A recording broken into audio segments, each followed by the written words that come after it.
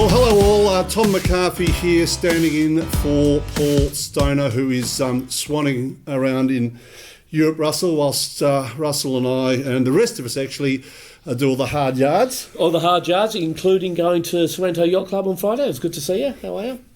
Yes, I'm not sure. We probably can cut that bit out. In any case, so we're here once again for Office of the Month video, which of course Russell, his team at Richmond have once again taken the prize. Now, Russell, I guess the market's changed. Mm-hmm. Yeah, fair to say. Yep. Why is it you are still performing?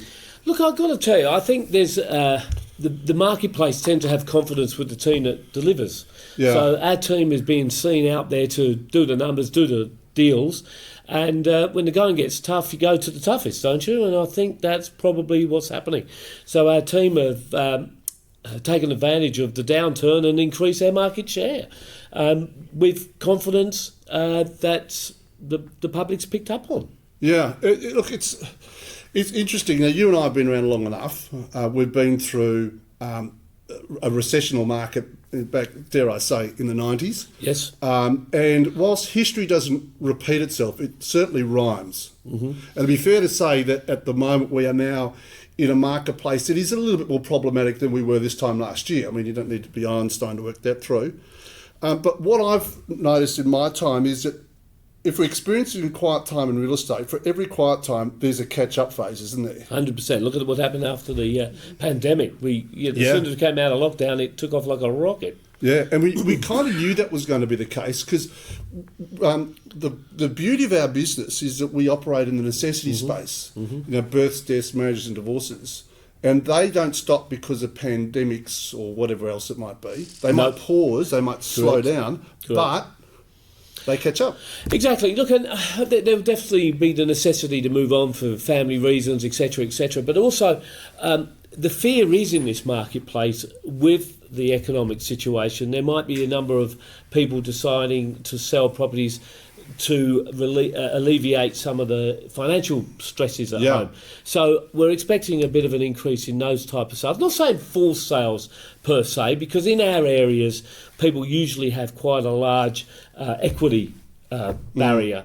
But they might be feeling the pinch on mortgages, etc., and they might decide to downsize a little bit quicker. So I think there's going to be definitely a pick-up in the stock levels. And we're getting our team ready for what we anticipate for the first time in 3 years might be a normal spring.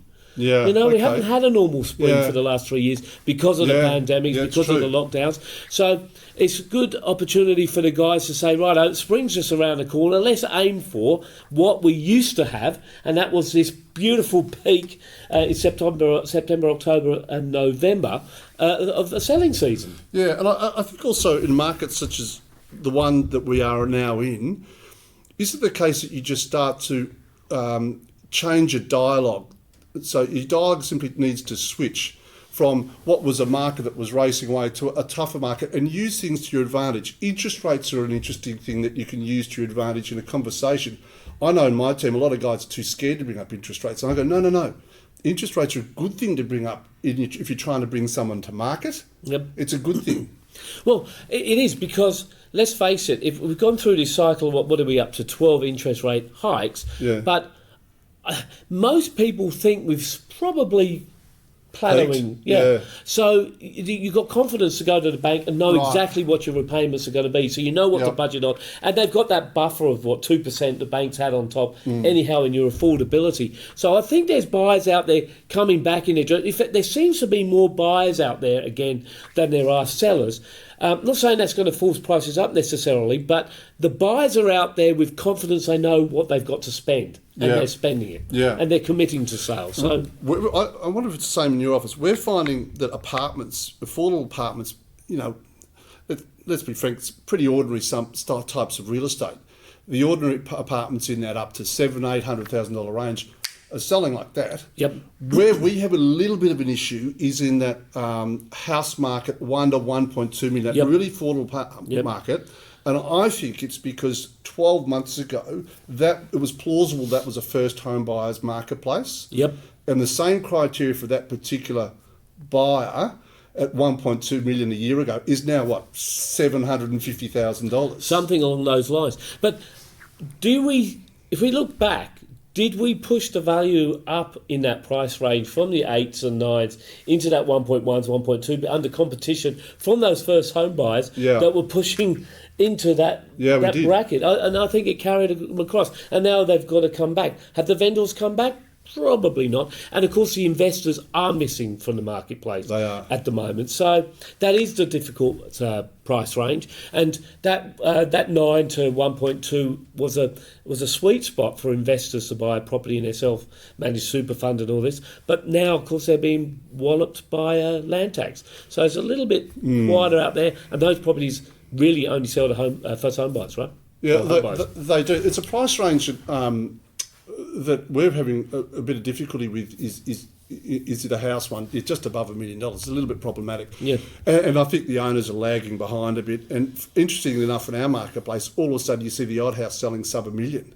Yeah. But we used to say $1 million was the entry price. Yeah. And of course, most of those properties also need renovations and improvements. Yeah. And of course, the cost of building and renovation and improvements has skyrocketed, as we know, with the supply issues. Yeah. So moving forward, you're about to go on your usual European trip for was it 4, 6, 8 weeks, Russ?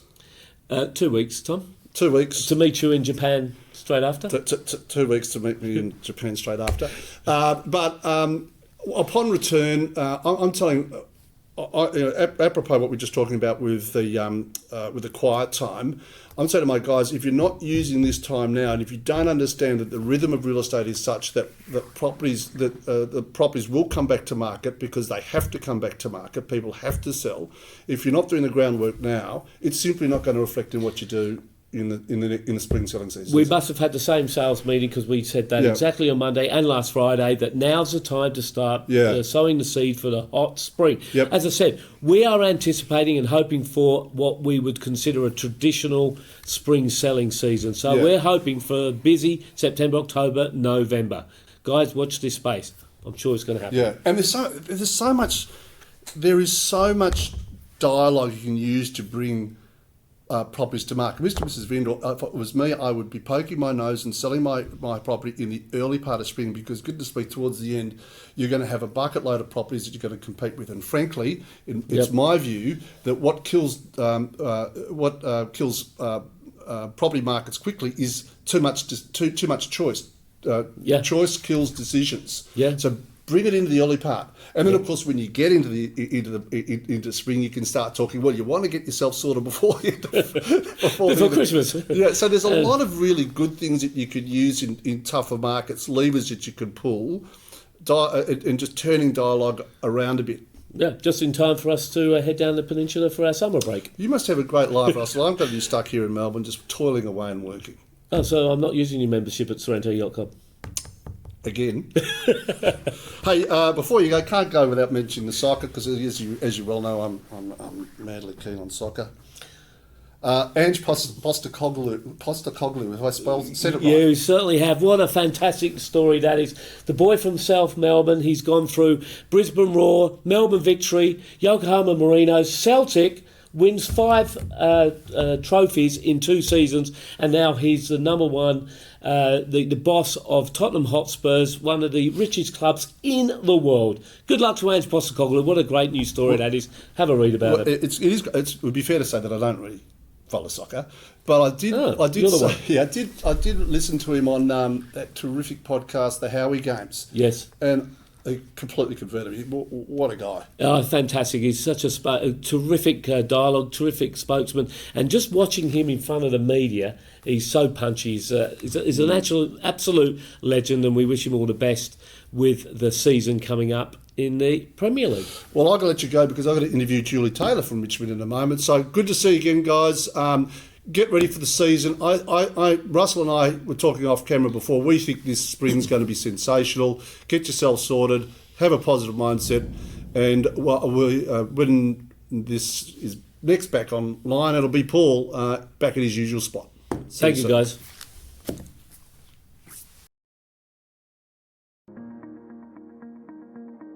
Welcome to Mercedes-Benz Toorak. Here at the Home of Luxury, our friendly and knowledgeable team are here to showcase and demonstrate to you the Mercedes-Benz of your dreams. With a remarkable range of demonstrator vehicles here on site in Toorak, why would you choose to buy your next Mercedes-Benz anywhere else? Bookings are essential to secure your VIP test drive experience this weekend, so reach out now. We look forward to welcoming you to Mercedes-Benz Toorak, the Home of Luxury.